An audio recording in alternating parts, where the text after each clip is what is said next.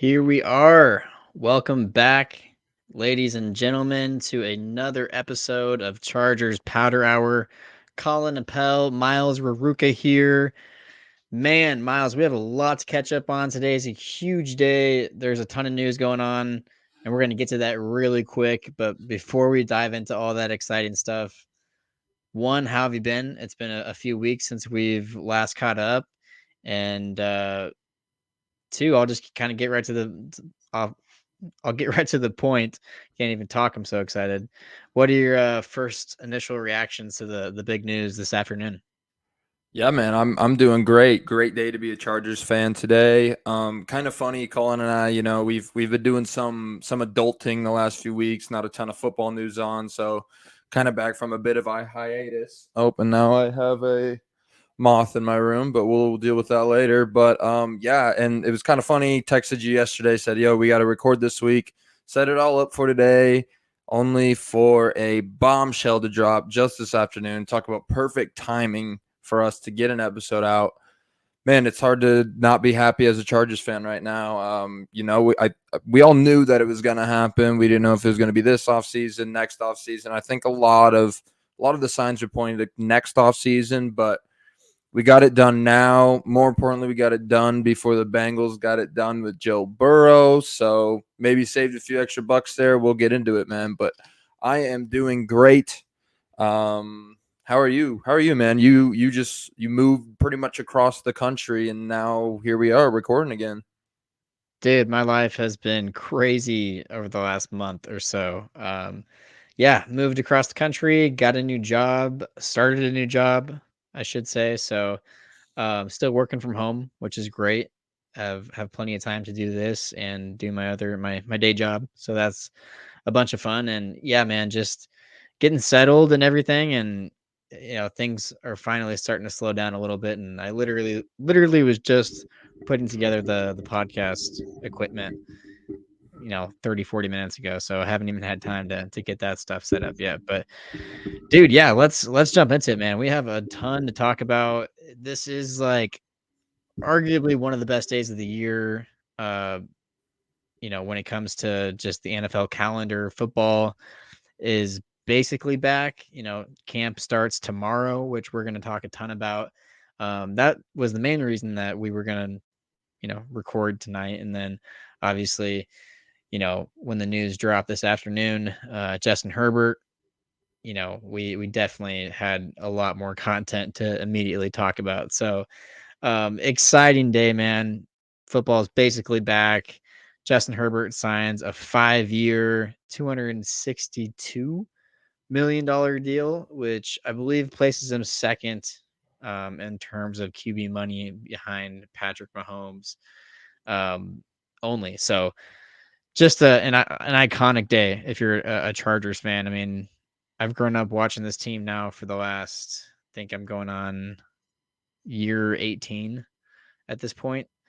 And, as much talent as we've had on these rosters over the years, and especially at this position, we've never been able to celebrate a guy not only receiving $262 million to play quarterback, but fully 100% deserving every penny. And some could probably even argue that you should have paid him more. So it's just it's history, man. We are witnessing history. We're living it, and I'm just so excited for this camp, for this preseason, and for this season. Dude, I need it back so bad. These last few weeks, I've just kind of gotten into that phase of I'm itching for it back. I want college back. I want NFL back. I want it all back. I want the vibes of just the football season back. I want things to do on the weekends. Besides just going and getting drunk on a golf course. I want to sit down and get drunk watching football. So, but yes, man, we are close. The season is approaching. And with that, we have our QB locked down for not just this season, but the next five. Yeah, let's dive into. I mean, you said you were wondering if it was a little bit of an underpay. What would have you predicted? His contract being, obviously we know the numbers now, but If you were thinking back a few weeks ago, what would have you thought his contract would have been? Would you think it would have been higher, lower, or how many years, or what would you think? Honestly, probably right in this ballpark. I really wasn't paying too much attention to all the contract talk, and honestly, both of us really haven't been, just because kind of like what you said earlier. I mean, we were never worried about this getting done. We just didn't know when it was going to come. Ideally, we wanted it sooner than later, just due to a few other factors as well. Joe Burrow, a couple other guys, getting lined up to be paid. So you always kind of want to be first to that battle in terms of an organizational standpoint, just from spending spending costs, spending wise. So few other factors going into it, but I would have put him right in this ballpark more than Jalen Hurts, which I think Hurts got 255 for 5 years. More than Lamar, which I believe Lamar got right around 250 for 5 years. I think 262 is a very honest number. Like I said earlier, very deserving. I don't feel like it's an overpay at all. Um, you know, Biased or not. I mean, I just if you're a football fan and you've seen this guy play more than 5 snaps, he's the real deal. And it's a no brainer. So I feel like they got him for you know, I, it's a big deal, but I feel like it fits him well, and I'm really excited to kind of see, um, how he finishes this deal on the field. Yeah, for sure. We now know that the Chargers Super Bowl window is open for at least another 5 years, which is always a good thing to have. For I'm real. sure we'll start getting into what are some things that later on towards the end of training camp we can start getting into the pieces and how that's all gonna fold out. But I really think that especially this offseason, especially just the switch from Lombardi to Moore is more than enough to show, not just obviously with this contract, but to show just how valuable this guy is to this team. So I'm really just excited to see how this first year on his contract, first year with the new OC, plays out for him. Dude, yeah, I'm so excited to see a healthy Justin Herbert along with new fresh weapons, fresh offense, and honestly just kind of a fresh start. I mean, think about the last 2 years with Joe Lombardi, that offense that he was running there. Obviously, it had its moments. There were times where it did click, and it looked like a well oiled machine. It just was, the inconsistency, um, that really kind of frustrated us fans, and I think just really everyone around the league.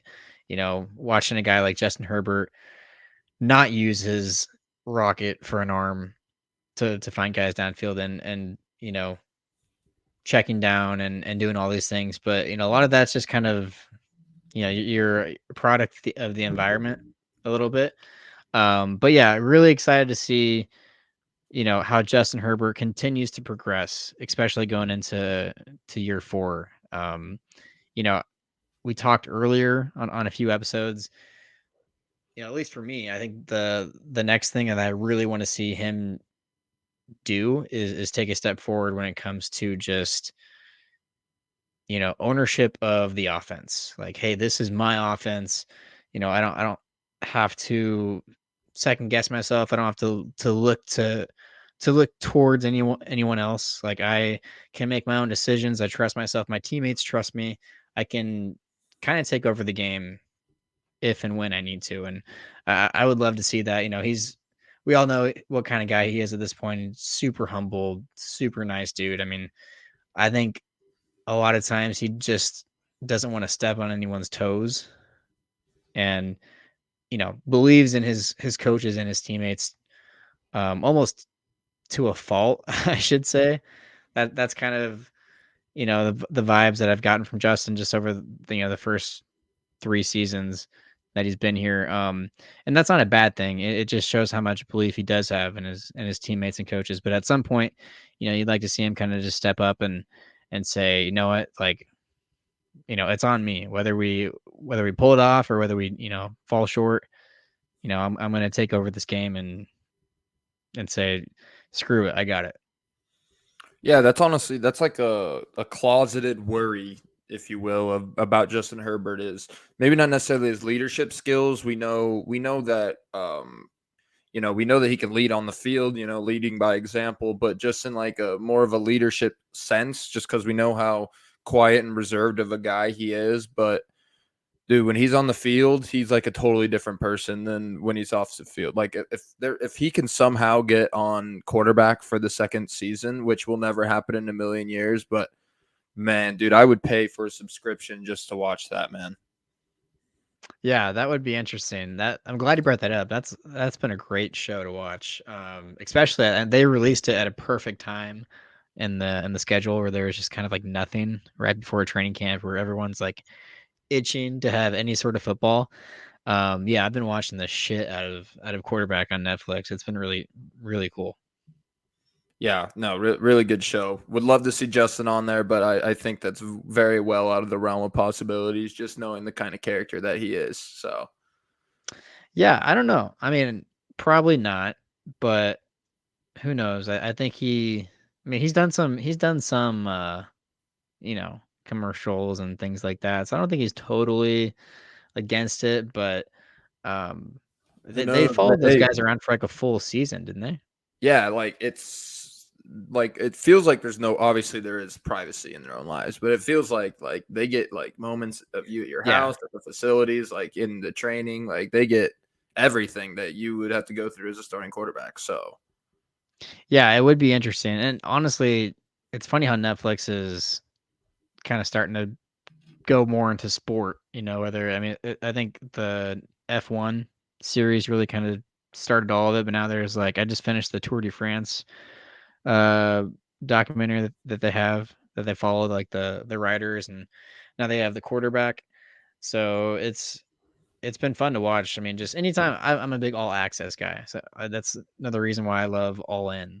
I think the yeah. Chargers team does a great job of producing those. Those are really fun to watch, and anytime you get that behind the scenes access, um, I don't know. That's at least to me, growing up as a kid, like that to me was the coolest thing because you grow up being like, man, I wonder what they're doing at practice or like what it's like in the locker room before they head out to the field or like things like that. So just to kind of get glimpses of that stuff, I think is always a treat. So yeah, I've really been digging the quarterback. Who knows, man? Maybe Herbert's gonna get this bag and go Hollywood on us. Maybe he's just gonna, you Never know, know. 180. Nah, please don't. Actually, Justin, we like you just the way you are, and that's why all of us Chargers fans are very happy that you are now wrapped up in a 5-year, $262.5 million deal. Do you have the incentives with you by chance, or the guaranteed? All right. Well, those stats are out there. If you guys are listening to this podcast, and I'm sure you own a phone or a computer of some sort, and you can go ahead Look and it up. go look those up yourself. So No, I mean, I don't even know. Like I said, Popper I was tweeted busy something about earlier. it earlier, but like I don't know enough to really know like incentives or shit like that. I'm a 22-year-old kid who hasn't even gotten through college Get yet, your so I get don't your shit together, man. I don't know, but No, I was on Twitter earlier, obviously following all the news, and then I had to step away and go do I had a work outing that was after work. So I went and did that.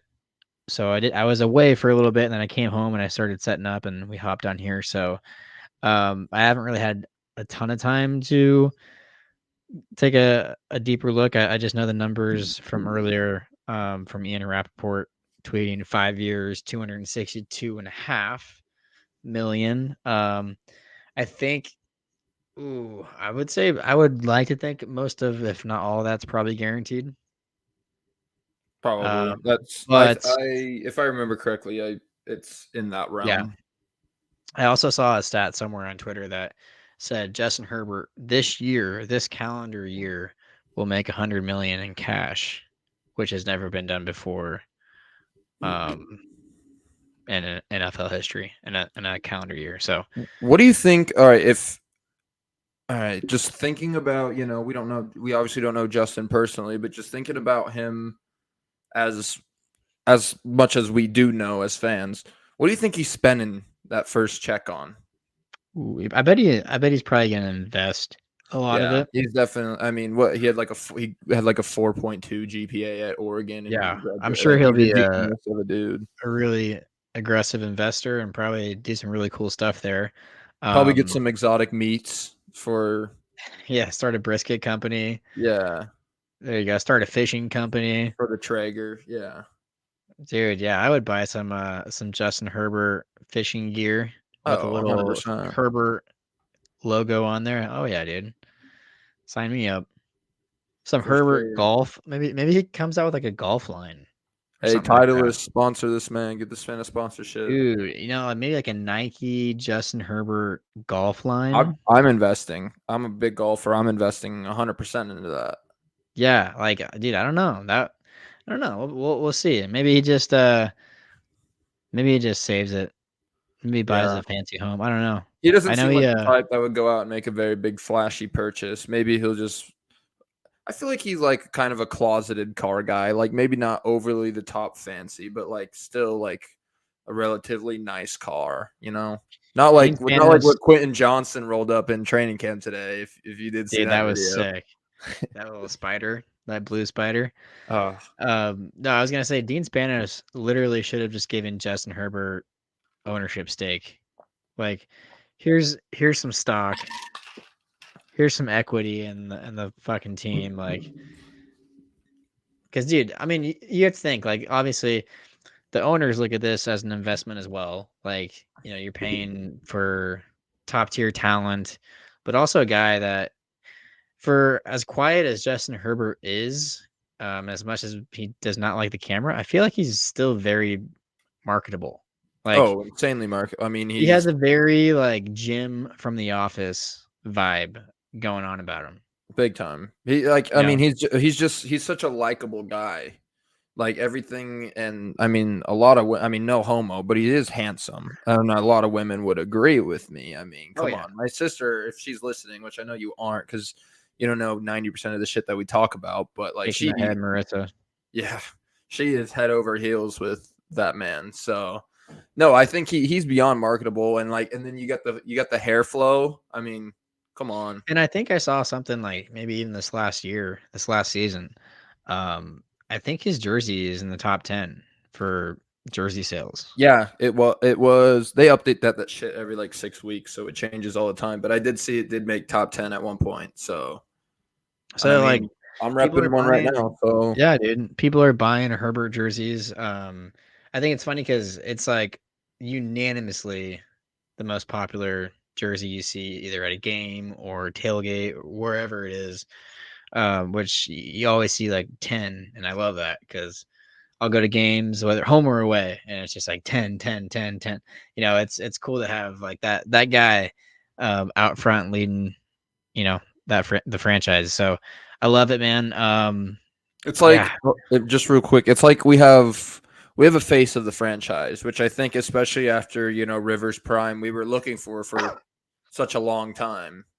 And it's like yeah, this is finally like he's been our face of the franchise for like 2 years now. Like this is our guy. And now today just solidified it.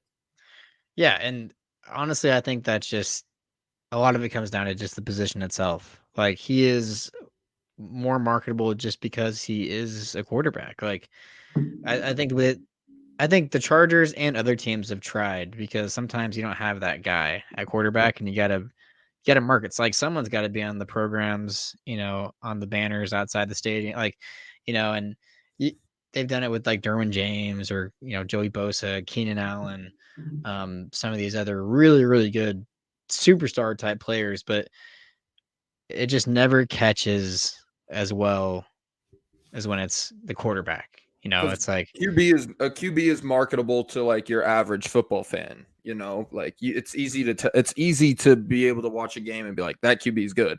but it's not as easy to do when it comes to, those positional players that like because you don't bigger see him fans every of football. snap. Yeah. One, they don't, yeah, you don't see them every snap, and they don't have the ball in their hands every snap. But it's about the kind of stuff that they do without the ball in their hands, unlike Justin Herbert.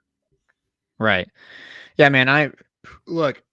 We'll cap this conversation off, and then we'll transition to the training camp talk. But I do want to end it with this question for you. What I mean, obviously, well, I don't know. I'll ask you. I mean, I think everyone kind of knows the big elephant in the room, but what are the expectations for Justin Herbert with now this insanely huge amount of cash, and he's locked in for the next 5 years? Well, technically the next six, right? Or does Yeah. this No, technically it's the next. Yeah, it's 6. At right? least 6. It might be Because 7. it doesn't kick in until after they pick up the option on his 5th year. I'm Yeah. Yes. assuming. Yeah. That Correct. I'd have to look into. But Correct. anyways, the He's next still on his 5 or rookie. 6 years. Yeah. Yeah. Yeah. Um, so like what to you personally, what are the expectations for Justin Herbert now that he's landed this deal? It's hard to kind of. I got to scale that question back a little bit because we have to temper expectations. These aren't this year expectations, but I think it's got to be to one win the division. I think in these next 5 years we got to prove that we can beat the Chiefs in the division, and that's I like that. saying not have Russell Wilson turn to form, or have the Raiders.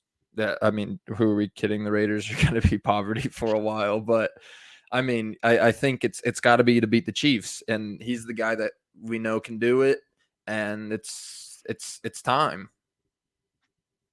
I love that answer because I think and like immediately where my mind was going because it's hard not to like the big elephant in the room obviously win a Super Bowl. But I love that answer because I mean that's so true. Like that's look if the Chargers are going to win a Super Bowl, like it's most likely done through the division, like winning the division. I mean, can it be done through the wild card? Yes, you can go that route. It does happen every couple of years. We see it.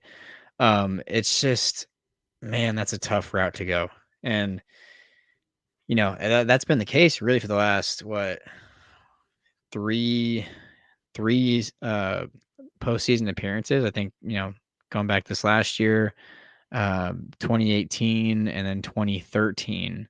We won a game in both 2013 and 2018. At least we didn't have Right. the most miserable All of loss in those almost all of NFL history. So right. All of those playoff appearances came through the wild card. And it's just, man, hosting a playoff game, a home playoff game sounds so nice. And there's one simple way to do that, and that's win the division. And yes, I would 100% agree.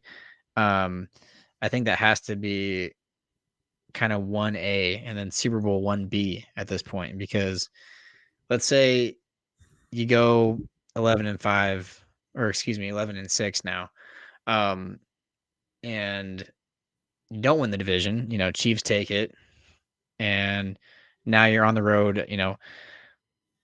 Somewhere like Jacksonville again, or Buffalo or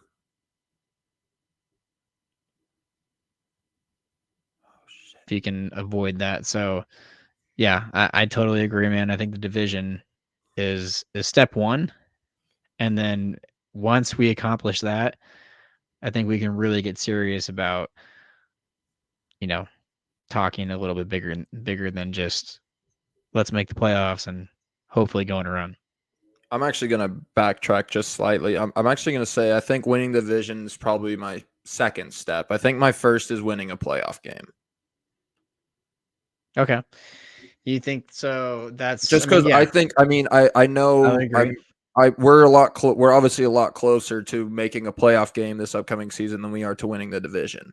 So I think if we can just get Herbert over that hump to at least win a playoff game, get him some more experience in that playoff type environment with healthy weapons, hope to God, and not some bum ass calling plays on the offensive side of the ball.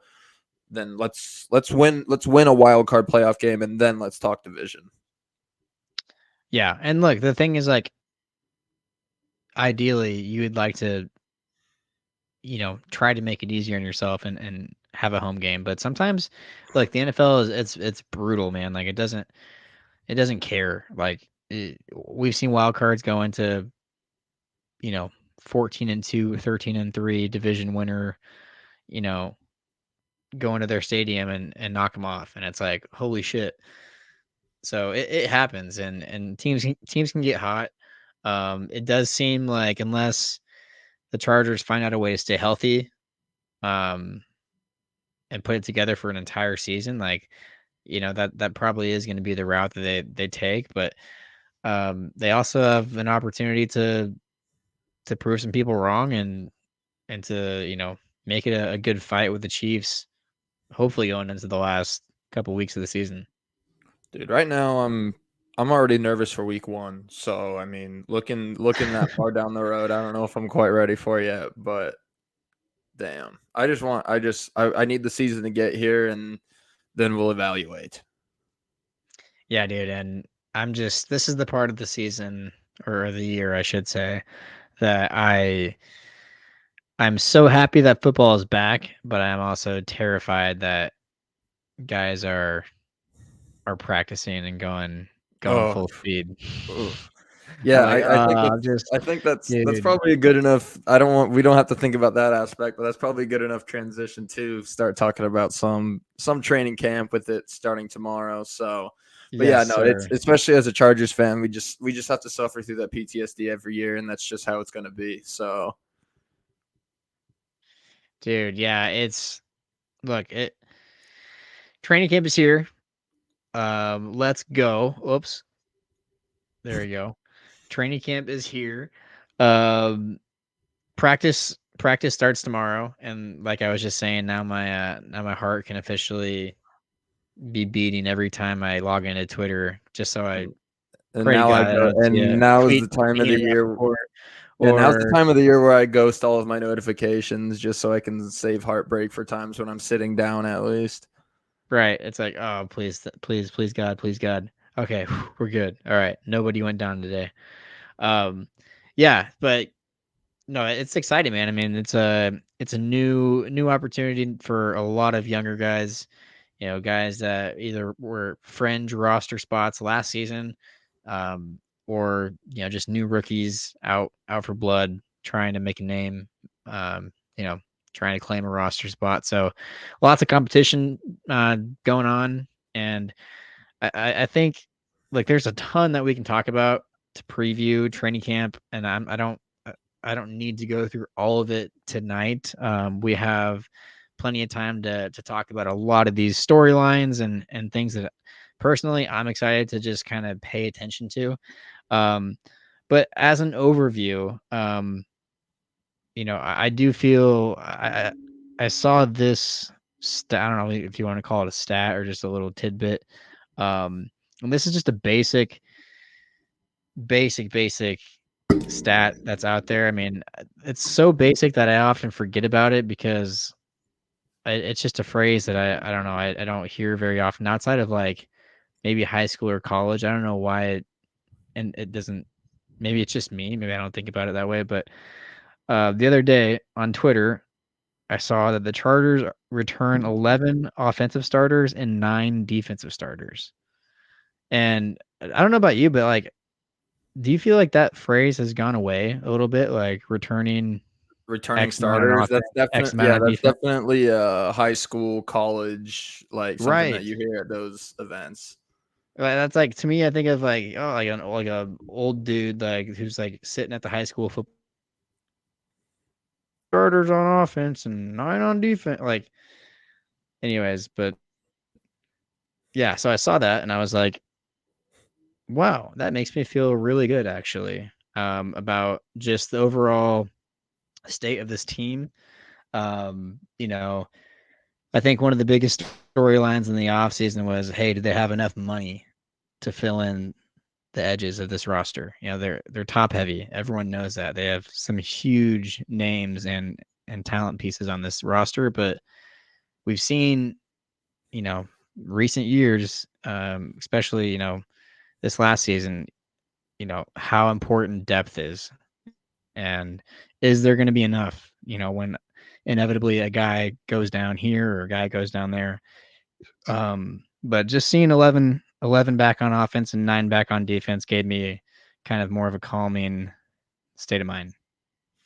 Yeah, I'm happy you shared that stat. It's another year, especially defensive guys. Just another year to get another year. Dude, I cannot speak.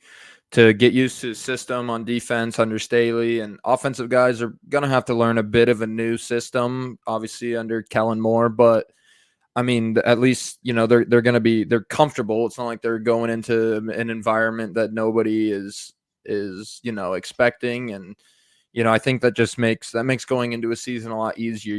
Having a lot of those questions answered for you makes it a lot easier, especially going into camp. So Yeah, and like you said, obviously, I mean, there are some other changes just when it comes to coaching too. Kellen Moore, obviously, huge addition. Probably the biggest piece of news outside of today, this entire offseason. That I think that was probably the most sought after coaching position that wasn't a head coaching position. This offseason around the league, everyone, you could basically look at it as like whoever's going to take this job is going to be hired to be a head coach either next year or the year after. Like in one of these next two cycles, just just by having this guy at quarterback and by having these weapons, like you're bound to get a job somewhere. So uh, a lot of people kind of looked at it, I guess, like a coaching or a, what's the phrase? Coach in waiting. yeah, Sounds right. We'll go with that. yeah, we'll roll with that. Yeah. But uh no man, I this is one of the reasons that I am really excited for camp to start is just to see this offense, um the earliest versions of it with these pieces, kind of come together in 7-on-7, 11-on-11. So um yeah, I mean, I can't say enough about how excited I am to watch this offense. Yeah, that's by far probably my one thing I'm really looking forward to most during camp is to just get some sort of idea of what the identity of this offense is going to be. I feel like in the past few years, it's been kind of hard to judge during camp. Of course, Chargers social media is flaunting all these deep passes left and right all over the place. And then, we get into a 3rd and 4 situation in real time and run a stick route short of the down marker, which makes 0 sense. But just kind of get an idea of one, what's this system going to look like, and two, who are the guys that are going to be able to fully take over this kind of system and guys that are really going to thrive and the kind of role that Kellen Moore puts them into. Yeah. That's definitely one of the biggest things I'm looking forward to going into camp. It's also going to be interesting to see which guys Kellen Moore favors and which guys he doesn't. I think that's always an interesting thing to kind of keep an eye on, especially when you change coordinators or offenses. It's like we've seen it a few times with a few guys where it's like, they were big pieces the year before and they get cut the next year in camp just because we assume that they're here because of their production, the previous year, but uh, the new coach or coordinator just doesn't have that same vision in the offense for them, and just moves on. So it'll be interesting to see what pieces. I'm particularly looking at the wide receiver room. I think it's been pretty well reported now that Quentin Johnson has won the wide receiver 3 spot over Josh Palmer, which I think is I mean, that's a good thing. I don't think that's I mean, that's not crazy to see. Oh, I didn't see that coming. Just because that's not a slight to Josh Palmer. That's just you know respecting the talent level that Quentin Johnson is. That's just A lot knowing that we drafted this guy in the first round for a reason. in the first round for a reason, and also he fell to us. I think a lot of people really thought he was not supposed to be there, and looked at him. probably being gone closer to like 11, 12, 13, somewhere in there. So, yeah, and I really think. I mean, it would not surprise me. It really would not surprise me if Quentin Johnson doesn't have a bigger role going into week one than he already does right now with the wide receiver 3 spot locked up. But we'll see. Again, I'm looking forward to see how all that unfolds. There's also some other guys on the back end of the receiving room that, there's just a lot of question marks. Obviously Jalen Guyton is trying to come back from a torn ACL. You got, freshly drafted rookie Darius Davis out of TCU, who has probably already earned a spot as the team's starting kick and punt returner. But we'll have to see how, he can make an impact on that receiving room. Obviously, he's got insane speed. Um, so I would like to see, you know, someone fresh that we haven't seen, like Darius Davis, kind of, beat out someone like Jalen Guyton. Um, Jalen Guyton's actually one of those guys I have that like. It would not surprise me if he's does not make it out of camp as a Charger, but again, we'll see, and I'm looking forward to that. That whole situation. Yeah, I actually kind of need Jalen Guyton to get cut just so Cameron Dicker can get number 15 back.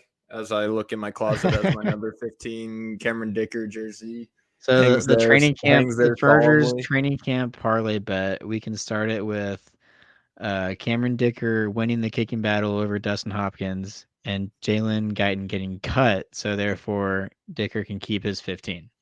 Uh, yeah, now that you say that, that just sounds foolish. I think that was just a Any wash other of a any other person. legs to the parlay that you want to add? Any Um. Okay, I'm actually not necessarily rooting for Jalen Guyton to get cut. I do think I know we have very different opinions on Jalen Guyton, but I do think that he does have some value on this team.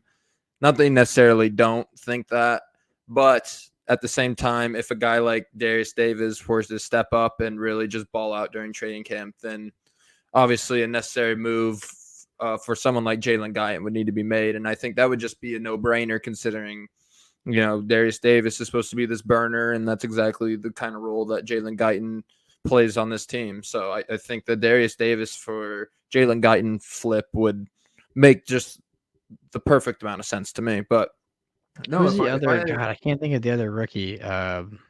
That's like he's kind of on the outside looking in. He's a longer shot to make the other roster, but wide receiver. God, I just saw his name on Twitter the other day. Chargers rookie wide receiver. I think he's undrafted. Oh, yeah, I got nothing for you.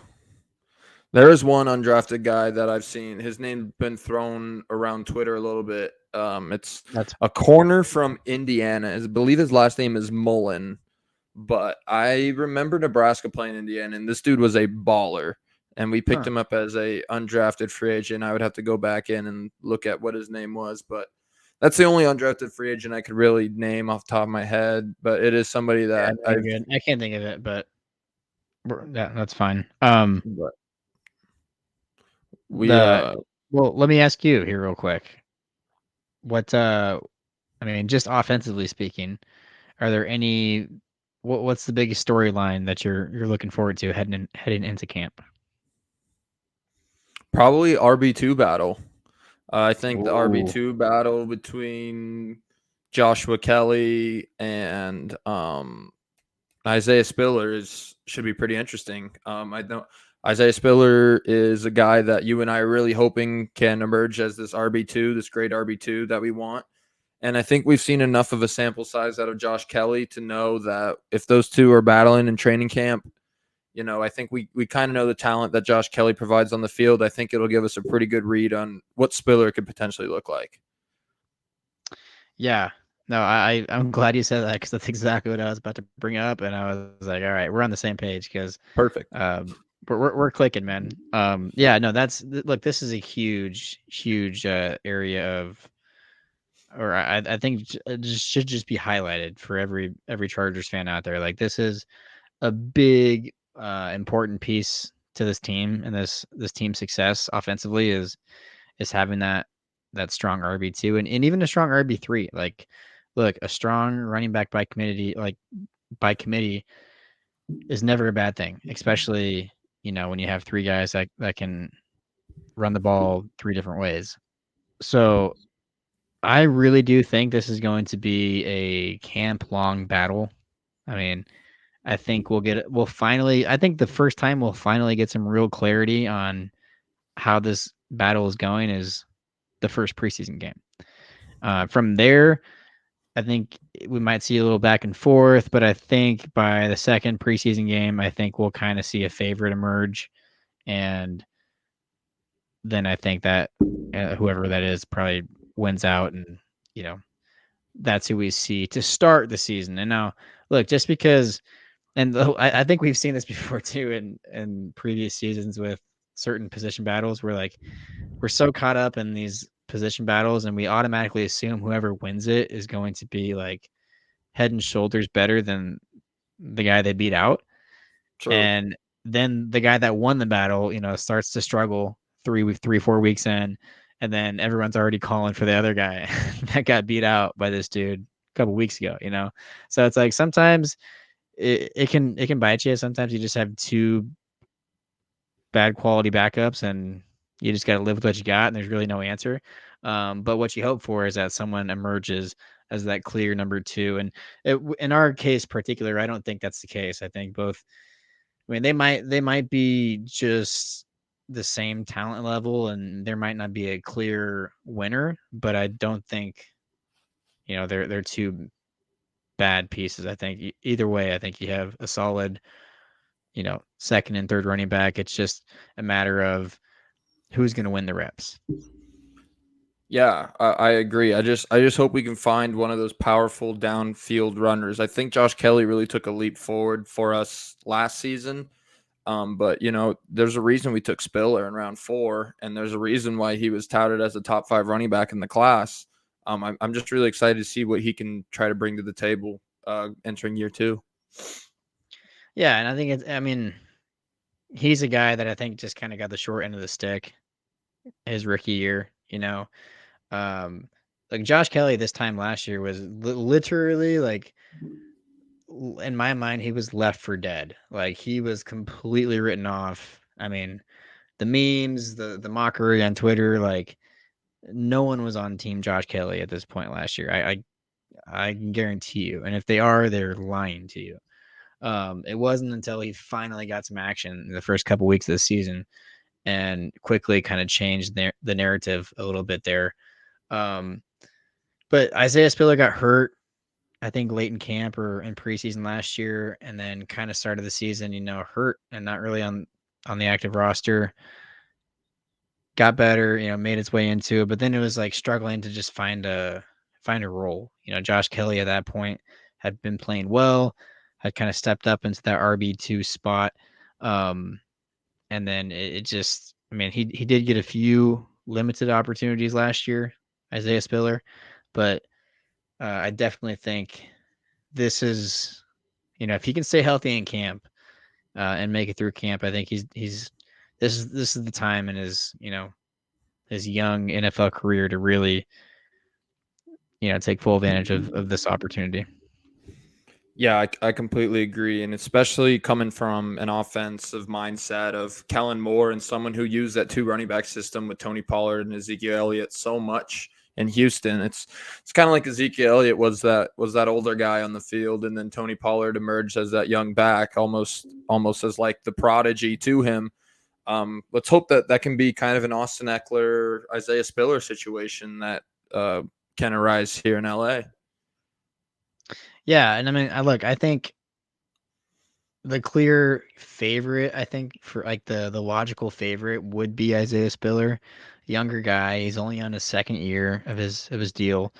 Um, because then if you fast forward to next year, if Eckler's gone, and Josh Kelly, I think, is this Josh Kelly? This has got to be his fourth year, his last year, right? Yeah, I believe so.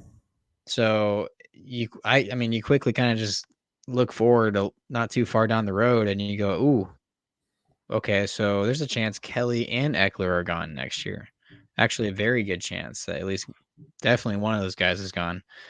Um, so then you're like, ooh, so Spiller really like not only like does he have to step up for himself to make the most out of the playing time this year, but also like the organization is really counting on him to step up because they can't just get rid of him as easily as they'll be able to get rid of the other two guys.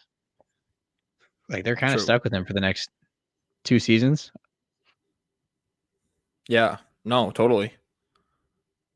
So I mean, yes, I mean rooting for him, for him. I want him to do well. I want him to succeed. But also like, the pressure is there, I think, as well. And um, I gosh, this is the part of building rosters and constructing teams that I mean, it would just being a GM would be a nightmare at times. Like, you're never satisfied. You're always looking. You're always trying to replace, improve, tweak. It's just it's never ending puzzle piece. But yeah, I think that's a huge battle. I honestly think that is probably the biggest. Well, one of yeah.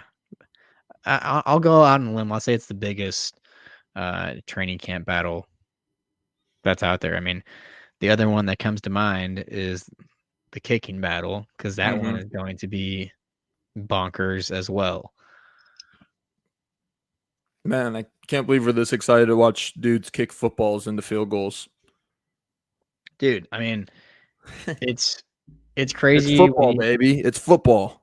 it's just crazy to think like I mean, here we are like I think one of the reasons why we're honestly so excited is because like think of all of the pain and misery that we've had at that position for the last shoot, better part of a decade. And to now have two guys on our team that are can't miss almost at this point. I mean, it's been a while since we've seen Dustin Hopkins really in a game, but he came in and did a good job last year, and then you know everyone's darling last year, Cameron Dicker. I mean, he was just what a story that was. I mean, what a refreshing story. I mean, it doesn't even matter if you're a Chargers fan. I think most people heard about his situation and just how fast your life can change in the NFL, especially at that position. So that was just a cool storyline to follow. But yeah, I mean, this is one of those rare position battles where I really am going to be it's going to be bittersweet when it finally gets resolved. We are going to have to let one of these guys go, and because of the quality of you know play that they've had, someone's probably going to pick them up. So it just you just got to make a decision. You got to figure out where you want to go. I personally at this moment, I mean, I'm leaning Dicker just because he's the younger guy. I think I've always wanted the Chargers to find. I think it'd be cool for them to find that next like long-term stable NFL kicker. I love it when teams have like the kicker that's there for like a decade. Yeah. Like I grew up watching Nate Kading, and it was always just like, oh, Nate Kading is the kicker. Like, Yeah, or just like an Adam Vinatieri, Steven Goskowski, like Justin Tucker, like a dude. Like it's hard to find kickers nowadays that aren't like journeymen. It feels like so having that staple guy, having that one guy that you feel confident in every single time he runs out there on the field. And I think that was yeah, Dicker for us. Dicker was the out of a certain amount of attempts was the most successful kicker percentage wise in the league last year. yeah, There's some distance issues. We really haven't seen a ton of attempts from him over 50. But he gets it done in areas that it seems like other Chargers kickers in the last 7 years have not been able to get it done consistently. So I'm rooting for Dicker. he gets it done consistently, and he's just like I feel like the potential is there. I think Dustin Hopkins is, he's kind of on the back nine, and Cameron Dicker is just teeing off. He's on like the second or third hole. Like he's got a lot in front of him. He's got a lot of potential, and yeah, I mean, like you said, there's some distance issues, but I think the more experience that he gains, I think a lot of that, you know, uh, my thing with kickers is like, okay, is it actually a distance issue or is it just an accuracy issue slash nerve slash pressure? Because I would like to think they can kick it. I mean, if they're doing kickoffs or, I mean, I'd like to think they can kick it past 52 yards. It's just a matter of, you know, the You got to take into accuracy account. You got to take and into yeah, account like timing, snap, the hold, like all and that shit. Like, and and that's stuff being that's beyond our knowledge. yeah, and being Mr. Calm, Cool, and Collective. I think that's like the biggest thing. I think I've never kicked. I mean, I've kicked a football just fucking around. You know, everyone has like attempted a PAT at some point in their life, but I mean, I'd like to think that most kickers, as soon as they swing through, and they know if it's off, like they know it's like a golf swing. Like as soon as you swing through, you know exactly what you fucked up. You know exactly what you did wrong. You would take it back in a second. You would fix it immediately. You know, like it's one of those things where it's just so mechanical, and if one tiny little thing is off, you know, the whole country is gonna be watching it. So it's a tough position, man, and it's also one of the reasons why I'm just like we are. It is a good problem to have both of these guys be battling out for this spot because I think both are battle tested now at this point. I mean, we knew Hopkins was Dicker, whether he had didn't have the best appearance in his playoff appearance. I mean, it's still experience at this point. So you have to take that for what it's worth. But yeah, man, this is gonna be a tough. I don't remember the last battle that I'm like, damn, I'm excited, but I'm also like, this is gonna suck to cut one of these guys. For sure, man. They're both very well liked. Everyone remembers the Dustin Hopkins Denver game last year, and Dicker did just as much great stuff for us down the road last season as well. So, like you said, probably gonna definitely live either way. But I know who I'm hoping wins it. So Yeah, says the guy with the Dicker jersey. I took Spoiler that out alert. of account for who I wanted to win the kicking challenge. So, but yeah, with that being said, Dicker, don't let me down. I spent $120 on your jersey. So, Oh man. Yeah. Well, I mean, I don't have anything else to add other than I'm fucking pumped that by the time this podcast comes out, by the time you guys are watching, listening to this, it'll be probably pretty close to either practice starting or you might even be listening to this days from now, weeks from now when camp is already in full swing. So either you way, should be listening to this in 2027, wondering how the camp went for the Chargers in there you 2022. go. Like You could be we don't 4 years know. behind. 2023, excuse me, it's 2023 now. So, but Imagine if hey, who someone knows? did that, like, you know how people they'll record a game and then they'll like I mean, it's harder to do nowadays. I mean, people if they're not on social media, they can do it pretty easily, but you know, they just like record something like, "Oh, I can't watch it until I get home from work." And then they get home from work and then they just watch it like they have no idea what happened. Yeah, that's weird to me, dude. I can't do that. Like I've had people like I'll be like, dude, I'm gonna miss the game or something. They'll be like, just record it. And I'm like, no, it does not work that Right. way. So imagine like someone did that for like a 2 or 3 year note. They're just like constantly like 2 years behind like all the NFL action. Like they just celebrated. Like who would have got traded like at this point 2 years ago? Like Oh man, we they would have just just been celebrated. like signed. We would have like just signed like Chris Harris Jr. or somebody 2 years Yeah, ago. they're they're yeah or yeah some or God I can't even fucking think.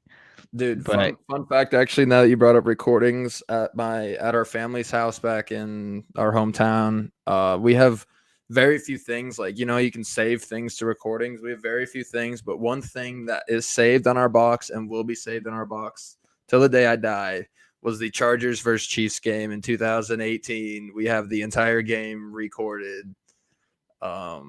Everything. dude, So that I go back and when I'm bored, I'll throw it on pretty much just the last drive and literal just chills, literal kick back, chills. kick back, man. So, but I think yeah, they I have. don't have anything really else to add. I'm really excited to see what happens.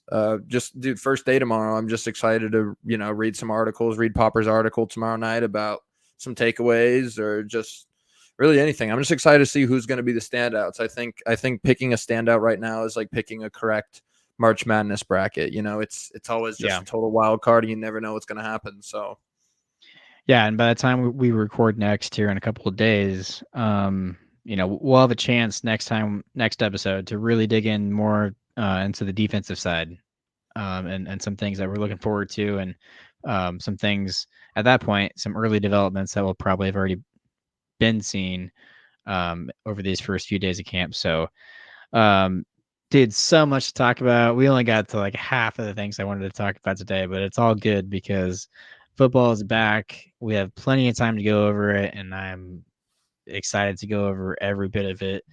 And just, man, I'm just amped, dude. This is